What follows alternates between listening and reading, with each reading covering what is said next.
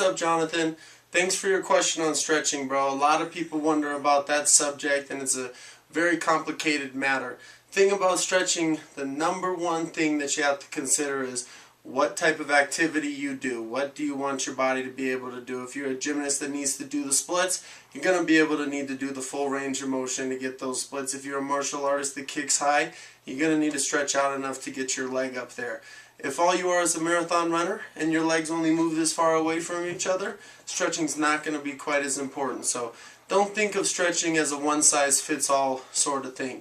A couple other considerations I want you to have are, number one, remember stretching, just like anything else, just like exercise, at some point isn't going to be good for you. If you're doing way too much and all you're doing is try to save the world through stretching, you're not going to do it. So remember that.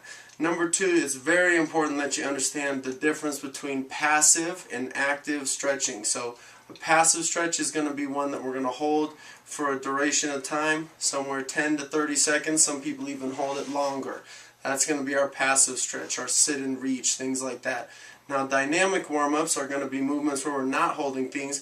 Things like this are huggers, where we're getting nice and warm, but not holding anything, but preparing the body for exercise. So if you, again, think about the nature of the sport you're doing. If you do martial arts, you're going to emulate, is that the word?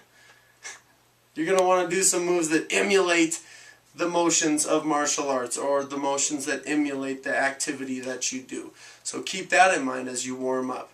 So we're not going to get into a bunch of the different active and passive stretches right now. We're just going to breeze over it and remind you that the active stretches are the ones that you want to do before the exercises. So you asked in your post, you asked how long before, how long after. That range again is going to vary. So some people can get it done in 5.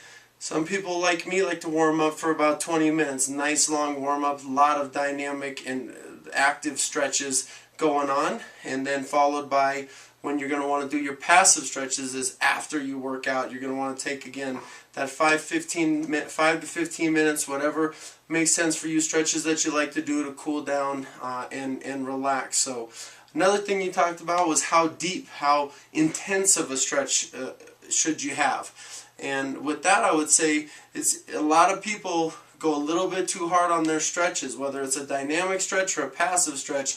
What I like to say is just knock on the door. Just barely, when you feel that pull in that stretch, deep breathe and try to relax into that stretch rather than pushing way too far, way too hard. You could hurt yourself and potentially shut off your muscles neurologically. So remember that in regards to intensity.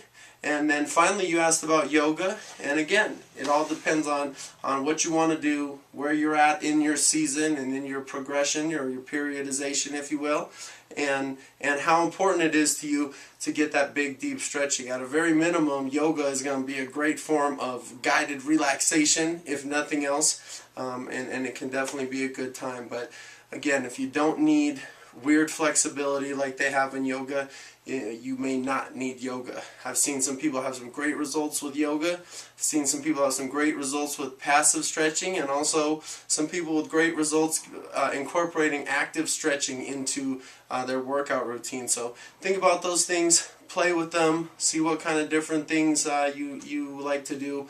I know you know a lot of good dynamic warm-ups, so we'll talk more about that subject later, but until then, hopefully this is a good start, and keep training hard, bro. We can see her just fine. It's about to die, the battery. It's on the verge of death.